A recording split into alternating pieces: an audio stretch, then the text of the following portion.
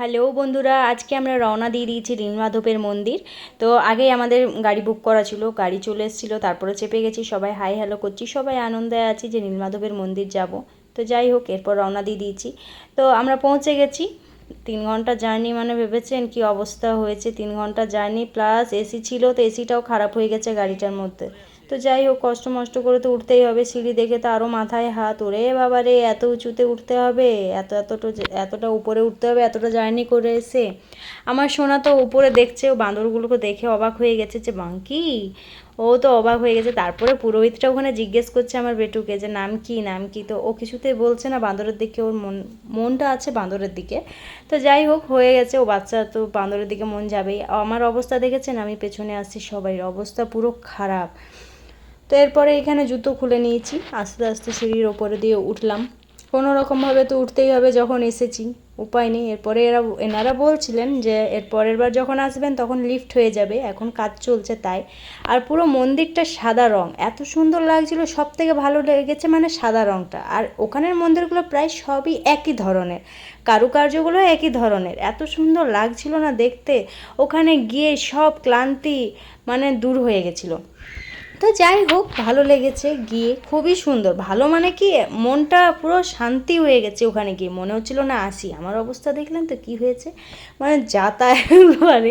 তো যাই হোক, এরপরে আমরা প্রবেশ করব এখানে নীলমাধবের মন্দির। এইখানে বললো প্রথমে প্রণাম করতে গুরুরকে, তারপরে এখানে প্রণাম করে নিলাম, আমরা মাথা ঠুকে প্রণাম করে নিলাম, যাতে আরও যে আসতে পারি আবার ফিরে এইখানে, তারপর আবার যেতেও পারি যেন কষ্ট করে সিঁড়ি দিয়ে নেমে। এতটা কষ্ট করে যখন এসেছি তখন তো ভেতরে প্রবেশ করতেই হবে।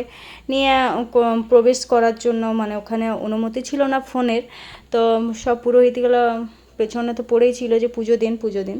তো এই যে পেছন পেছন যাচ্ছে, বললো যে হবে না, ক্যামেরা অফ করুন। তো আমরা বাইরে বেরিয়ে গেলাম। এটা বলছিল কিছু একটা সিন্দুক, আমি নামটা ঠিক করে জানি না। তারপরে চলে এলাম মহাপ্রসাদের দিকে। বাবা এখানে মহাপ্রসাদ নিচ্ছিল, সবারই খিদে পেয়ে গেছে, তো ভাবছি একটু মহাপ্রসাদটা নেওয়াই যাক। তো টাকাটা একটু বেশি নিচ্ছিল, তো যাই হোক, খেতে অসাধারণ লেগেছে মহাপ্রসাদ। প্রসাদ মানেই তো দারুণ, আর মহাপ্রসাদ নামটা যোগ করেছে মহাপ্রসাদ, অসাধারণ লেগেছে খেতে।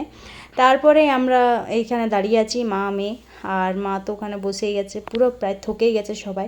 আর ওখানে দুই সাইডে নদীটা দারুণ লাগছিল, ওই নদীর হাওয়াটাই আসছিল বলে মনটা শান্তি। মন্দিরের কাছে পুকুর, নদী থাকবেই। আর এটা তো নদী নয়, মহানদী। আমরা সবাই নেমেছি, ওখানে নিচে নেমেছি, আর আস্তে আস্তে আস্তে আস্তে বেটু আর বেটুর বাবা নামছিল কষ্ট করে। তো এত সুন্দর লাগছিল ভিউটা ওপর থেকেই, অসাধারণ লেগেছে। আমরা সবাই নেমে তারপরে একটা সেলফি তুললাম। সেলফি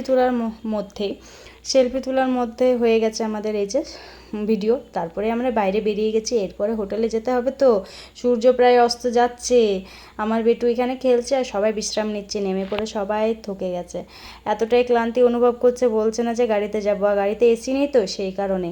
তারপরে এই যে মাসিমা কি সুন্দরভাবে স্মাইল দিল, তারপরে মেসোমশাই গাছে কিছু দেখাচ্ছিল। তারপরে আমরা বেরিয়ে গেলাম হোটেলের দিকে। দেখছেন দারুণ লাগছে না দেখতে, অসাধারণ লাগছে।